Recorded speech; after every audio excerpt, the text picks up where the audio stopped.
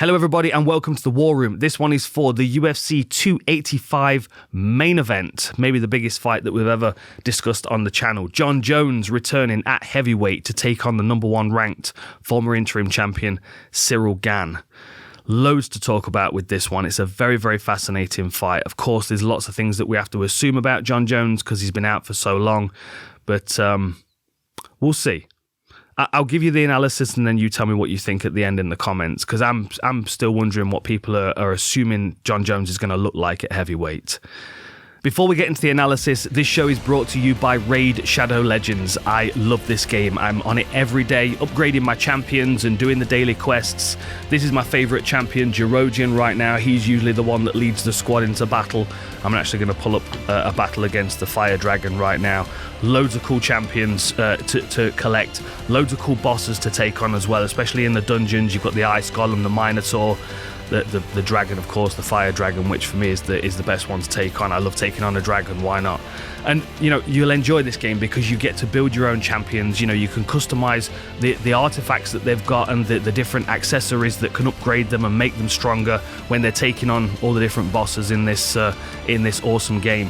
There's loads of different daily events and tournaments going on, and you can get involved in all these things and get all different kinds of new treats and goodies that can enhance your experience and enhance your champions. And the Valentine's Day event is going on at the moment. So all you need to do to get involved is to download Raid Shadow Legends from the links below and follow the instructions in the description.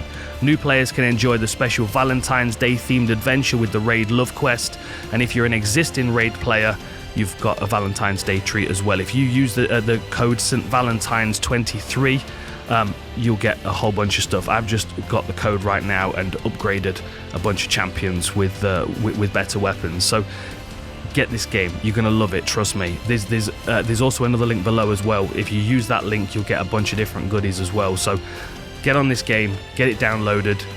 You won't regret it. And show me your champions. I want to see who you're playing. All right, let's get into the analysis. Right, quick tail of the tape before we get started. So we've got Jon Jones, the former light heavyweight champion, 26 wins with 1 defeat on his record. Of course, not really a defeat. It was a domination, and he was ground and pounding Matt Hummel from Mount and got told off for an elbow that was curving in the wrong direction. I'm not really much of a fan of the downward elbow rule, as you can tell. Jon Jones should be undefeated. You can have the no contest, I don't mind that, but he really should be 27-0, and that really is a terrifying thought because, he's just made it look so easy. The majority of the way through his career, he's made it look so easy, almost too easy, in fact, at times, which has led to some criticism. On the other side, Ciryl Gane, 11-1, still very early in his career. Of course, that one loss was his unsuccessful title attempt against Francis Ngannou, which was a fantastic fight. And I don't really think it kind of... I don't know. I don't think it's going to affect his confidence in any way because he's going to have to be realistic about where he is in his career. He's 12 professional fights in. He's still very, very young in his career. And the scary thing is, so's Jon Jones. There's only 3 years difference between them. Ciryl Gane's 3 years younger. Cyryl's got a whole career ahead of him. Jon Jones as a heavyweight has a whole career ahead of him. That's really, really scary to think about because of the experience that he's got, because of the fighter that we know that he's been over these past few years. Ciryl, we're still waiting to see how he's going to develop as a fighter because he'd seemed quite complete up to this point. Of course, we saw a few weaknesses highlighted in his takedown defense against Ngannou. But, we have to also consider that he may not have been expecting Ngannou to wrestle, so he may not have just, paid that part of his game enough respect to be prepared for it. He's going to assume that Jon Jones is going to try and wrestle him, of course, at some point, because why would he not? If you've got Ciryl Gane, dancing and bouncing around in front of you, what are you going to do if you're Jon Jones? Well, you're going to take his base away and you're going to slow him down as much as you can. And if you can't slow him down by taking his base away, you're going to put him on the floor because you know that there's a weakness in his game there that was highlighted by Ngannou. And you've got to think if Ngannou can take Ciryl Gane down, Jon Jones is going to be able to take Ciryl Gane down. Both of these guys are 6'4". Jon Jones still has a 3-inch reach advantage as a heavyweight. Now, I've gone through Jones's whole career since since I've started researching this fight, and it's amazing the reach advantages that he's had over his opponents. I mean, you know, I just watched his second fight with Daniel Cormier again, the no contest, and what was Daniel Cormier's reach? 72.5 inches compared to 84.5 for Jon Jones. I mean, he's had such a massive reach advantage over the vast majority of his opponents that it's going to be unusual for him moving up to heavyweight, and those reaches and heights being a lot more normal at that weight class. Like, you know, Cyryl's got an 81-inch reach. It's still not as long as Jon Jones's, but it's very comparable. What was Gustafsson? 79 inches. You know, his reach was problematic for Jones, and Ciryl didn't really struggle against Volkov as far as reach, did he? He was still able to cover that distance, and Volkov's 6'7". It's reach is an interesting thing. Sometimes I think it can be a bit of an illusion for a fighter. They feel like they've got an advantage, so they fight as if they've got an advantage. It wouldn't surprise me if Jones's reach is nullified in this one in the stand-up ranges by the movement of Ciryl, because of course Cyryl's speed in and out of range is going to be something that Jones is not used to seeing, not even at light heavyweight. I mean, you look at someone that moves like Ciryl at light heavyweight, and the closest thing you're going to get is Gustafsson first fight, which was one of the most problematic ones for Jon Jones. You know, in the last run that we've had of 4 fights, or 3 fights, the Gustafsson rematch was a good, clean performance. But the 3 fights following that, what was it? Anthony Smith, Thiago Santos, and Dominic Reyes. Every one of those fights, he lost rounds. You know, on one of the scorecards against Santos, he lost the fight. He was apologising in his post-fight interviews. It just didn't seem like he was. He didn't seem like he had as much of a love for it in his last few fights. But you go back to his fights against Cormier, and you know, the first fight against Gustafsson, where he was kind of not really fully, you know, disciplined and in training camp. He was just lethal still, you know. And even earlier than that, you go back to when he was fighting Vitor Belfort and Rampage Jackson and Machida, Shogun, when he took the belt off Shogun. We were chatting the other day, Jamie and Owen and I, about, you know, can you think of a champion that has stepped in as the challenger and dominated so you know, in such a one-sided way? And the only other person that Owen could think of was Anderson Silva when he stepped in there against Rich Franklin. I mean, that was a decimation. But what Jon Jones did to Shogun was, I mean, Shogun was just broken by the end of that fight. You know, there's a point, is it the end of the second round, where Jones has been ground and pounding him from a half guard position, and he kind of casually sits up as if he's going to go for a leg lock, and Shogun just kind of for a moment just rests his head back on the canvas like, oh my goodness, this is an impossible battle to win. And right in that moment, Jones spins around and just smashes him with his fist. Like, every moment where Shogun just for a second lets his guard down, Jones punished him for it. And at the very end, when Jones drops him up against the fence, what was it? Left hook to the body, knee up the center line. He hit the floor, and Shogun was in turtle position tapping. Like, I just wouldn't have imagined someone could do that to Shogun a few years ago. And to watch Jones step in there, what was he, 23, youngest UFC champion of all time? It was unreal. He was an incredible talent in the early days of his light heavyweight career. And he was champion for so long that we all kind of, I feel like a lot of people started to take him for granted a little bit. You know, those performances against Reyes and Santos and Smith to a point, they looked a bit uninspired. And you go back to earlier fights in Jon Jones's career, they were spectacular. And it's not like he wasn't fighting, you know, lesser opposition, because he was fighting the greats of that generation, Rampage and Vitor and Machida, and, you know, or the guys that he beat that went on to be great champions in other organizations like Ryan Bader or Brandon Vera. It really is an outstanding career, a body of work that he's put together so far. And if you look at the amount of fights that he's had since Ciryl Gane's been a professional, Ciryl Gane turned professional in August of 2018. That basically includes Jon Jones's last 4 fights. Like, he has a whole career ahead of him as a heavyweight. And I do feel like he's going to be much better at heavyweight. He's going to hit harder. He's going to be stronger and more vicious because he's had some time out, and he's, you know. Let's speculate for a second. What weight do you think Jon Jones is going to come in at? I'm kind of feeling like Jon Jones is going to come in heavier than Ciryl Gane. He's a massive individual. So if you then take Jon Jones, who's been in training camp over and over again, cutting down to make 205, to then rehydrate and go back up to 230, maybe 235. Like, he might be that big as a light heavyweight, so he might be coming in over 250 for a heavyweight fight, and he might be the bigger, heavier fighter in there against Ciryl Gane. Like, that would kind of suit his newer fighting style, because when he was younger, he moved a lot more. You know, he was a bit of a big puppy in the early days of his UFC career, and it made him really problematic because he was still very vicious. But in his last few fights, he's kind of settled down a bit, and he kind of stalks.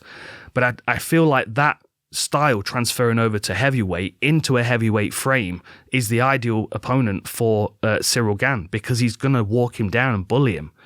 Like, Ciryl, in my eyes, can fight moving forward or moving backwards. He's, of course, going to struggle to fight Jon Jones if the fight hits the floor. But in the stand-up ranges, I feel like he's quite comparable in a lot of ways. Like, he has a good lower body attack, right? He attacks the legs really well. Think about what he did to Derek Lewis. Smashed his lead leg, gave him a lot of respect for his punching power. You know, never really left himself kind of hanging out there waiting to feel whether he's going to get knocked out or not. Constantly working the leg. And then as the fight progressed, second round, third round, you start to see him kind of hammer that low kick in and hang out in range a little bit more.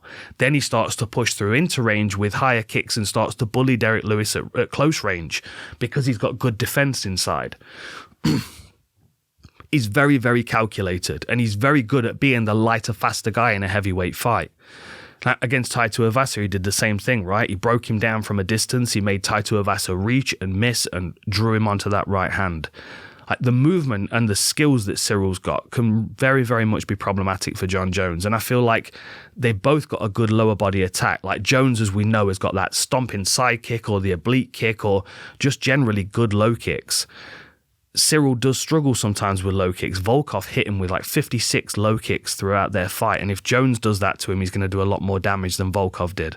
So initially, I think Jones is going to attack the base of Ciryl, but I also think Cyryl's going to do the same thing to Jones. And then I think both of them will start to work up the body. I think we'll start to see Jon Jones hitting with that side kick to the body, and I think we're going to see Ciryl hammering that left kick into the body over and over again. Same one he used against JDS. Keep smashing it into the body and wearing that side down. Like, these guys are heavyweight, so anything that they land could potentially be very, very damaging, if not a fight ending. Both of these guys have got more of a game where they accumulate damage on their opponent gradually. Like, Jon Jones has only got 4 knockdowns in his UFC career. And if you think of him, the Vitor Belfort one was the side kick to the body.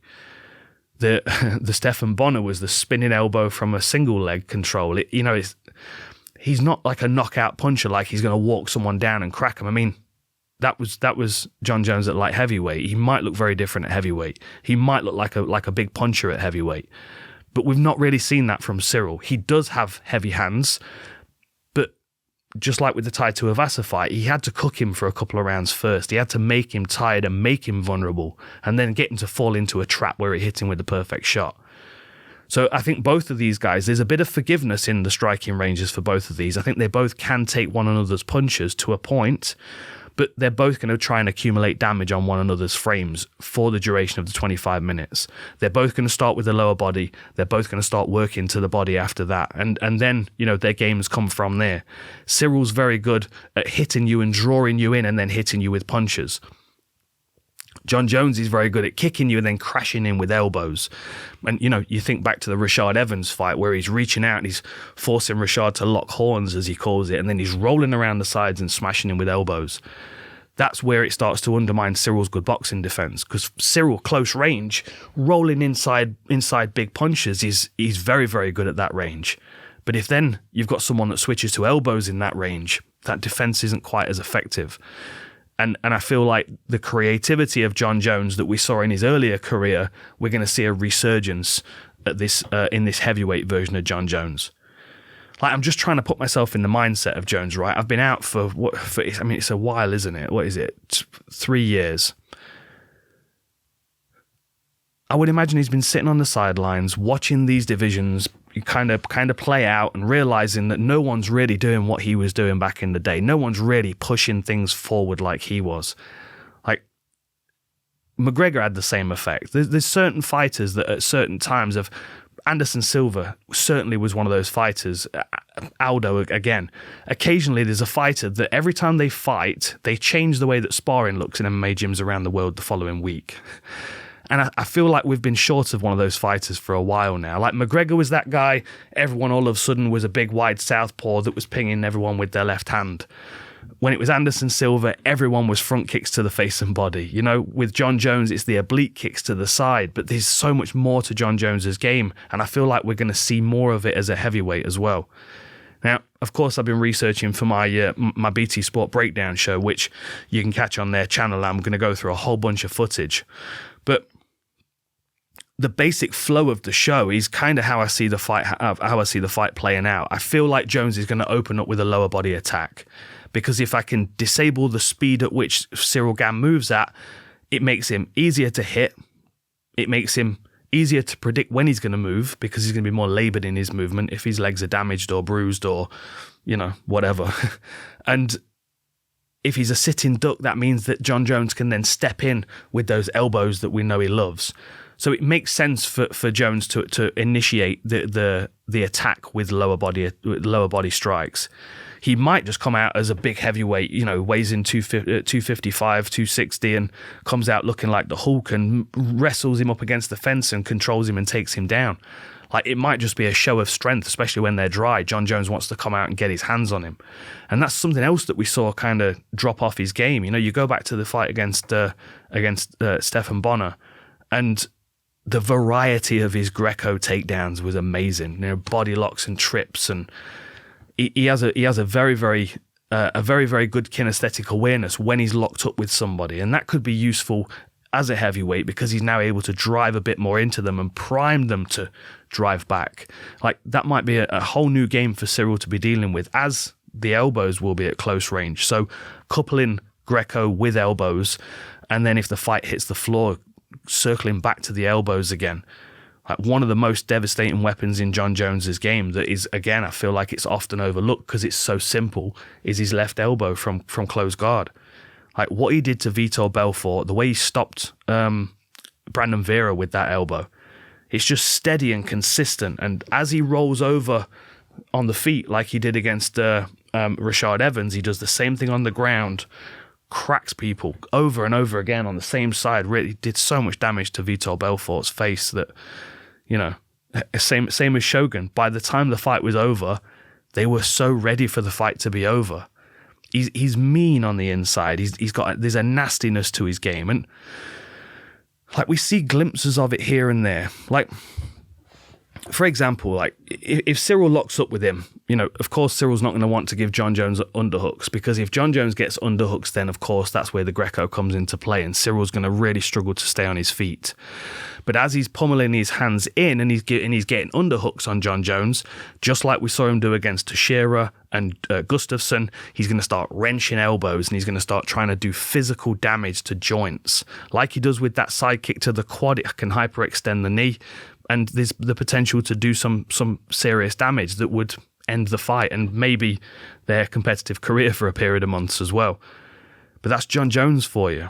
Like, and that's the best version of Jon Jones, pictogram Jon Jones, whatever you want to call it. It is that meanness, that viciousness translates into scary creativity in the cage.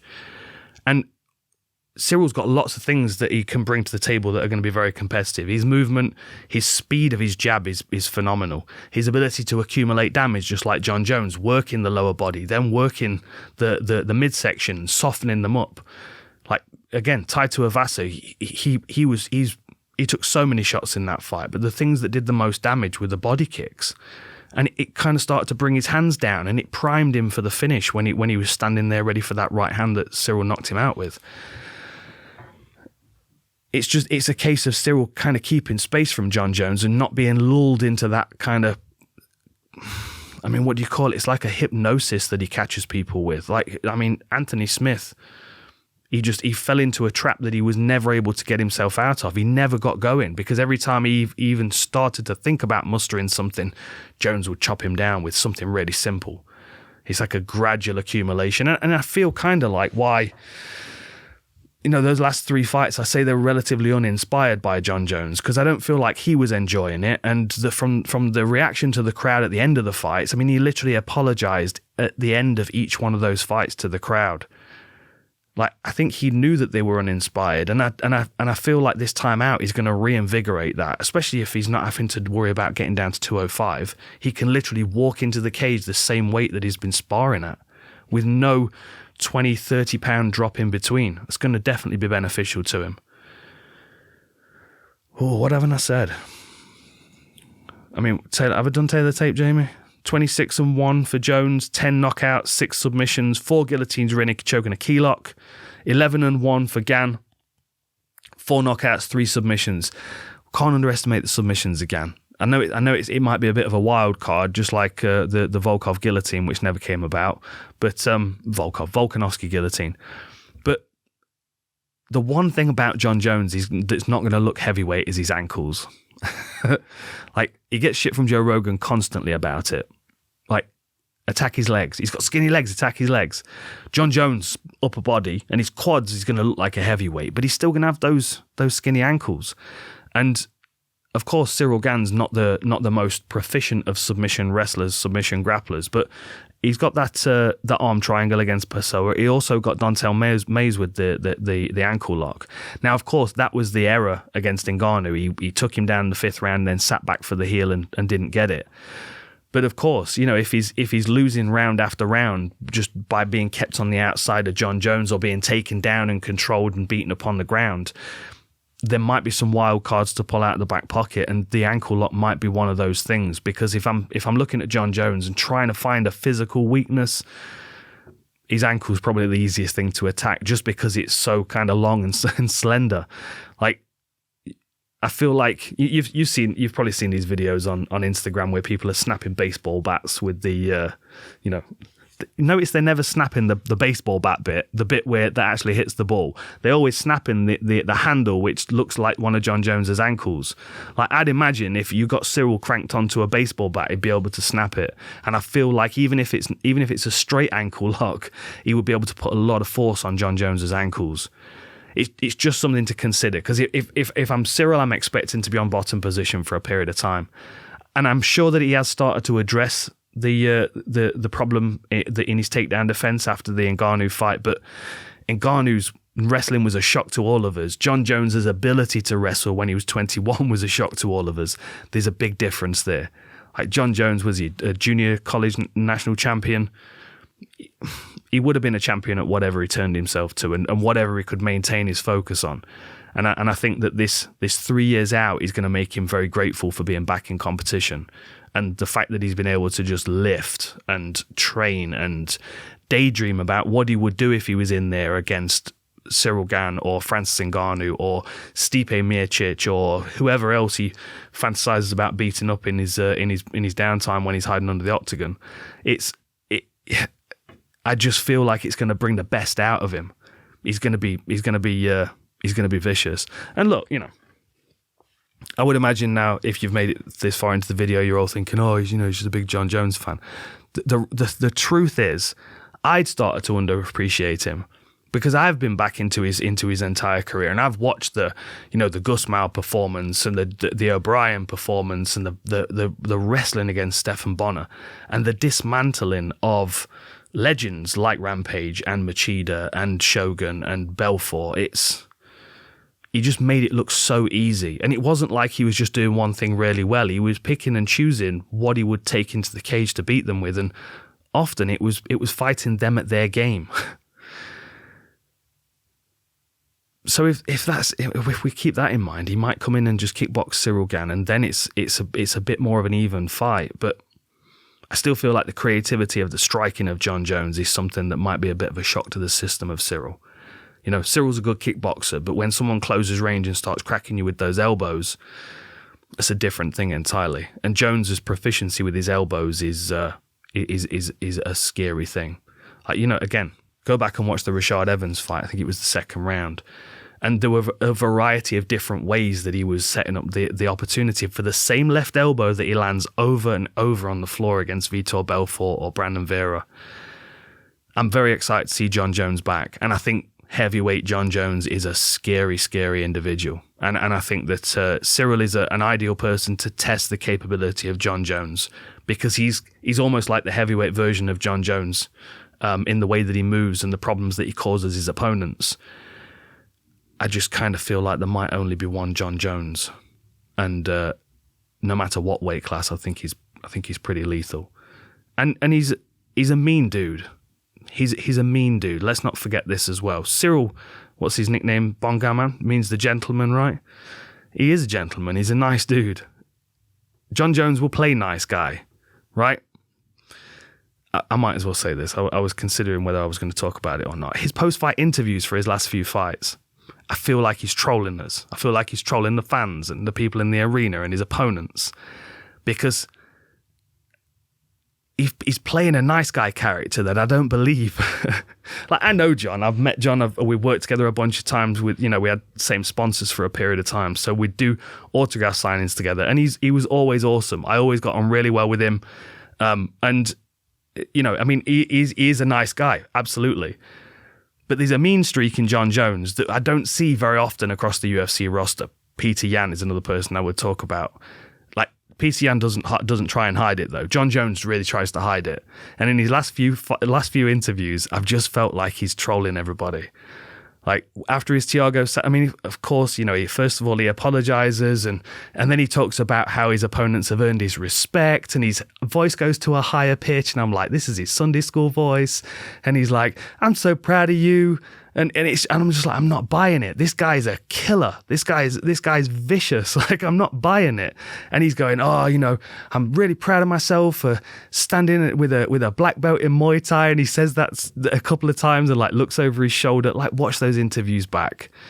Because like, Jon Jones is a clever individual, and the way that he does those interviews, the way that he conducts himself in those interviews, yeah, there's a meanness to Jon Jones, and I think no matter how much he tries to camouflage it, it comes out between the bells of the rounds, and that might be a shock to the system for anybody, because you're looking at a guy who's not only huge, 6'4", 6'5", longest reach in the heavyweight division. Now Stefan Struve's retired, but he's got this creativity that he can apply to people that can't stop him doing it. I'm excited for him to come back. And we've got to watch his neck attacks. I can't forget that as well. Neck attacks. He's got some really, really good neck attacks. Long arms, long levers. Tends to squeeze his opponent's neck in that. Ugh. Vicious. Watch how he drops Machida up against the fence. Like a sack of meat. Like, get off me. How dare you? I don't believe this new nice guy, Jon Jones, that we saw in his last few interviews. And I wonder whether we're going to see that version at heavyweight, or whether he's going to come in like he's been in prison for 3 years and he looks like he's been lifting iron in the yard during what's it called? What do they call it when downtime in prison? Yeah, something like that. You know what I mean? I don't know. I'm excited to see Jones back. I would like to see him fighting Francis Ngannou, because I think Francis Ngannou has got fight-changing power that would change the way that Jon Jones approaches this. I feel like Ciryl might be the perfect opponent for him to really show off how nasty and how mean he can be. And that starts with dismantling his lower body. But then Ciryl might surprise me. I've fully joined the Jon Jones bandwagon after watching his early career, and I kind of hope we're going to see that creativity out of him again, because he may well be the best talent we've ever seen in mixed martial arts, and we should all be looking forward to seeing him back in competition. It's been too long. Jon Jones, welcome back. You're an absolute assassin. And Ciryl Gane, good luck, my friend, because this is an absolutely stiff test to be taking on at this point in your career. And I know he's going to learn from it. I just hope he doesn't get too badly damaged in the process, because heavyweight Jon Jones might be the equivalent to sea-level Kane, which is also very scary. All right. Enjoy the fights. Check out Raid Shadow Legends. I love the game. Make sure you let me know what your favourite champion is in the comments below, and I will look for you in the Classic Arena. Enjoy yourself, and I'll see you next time.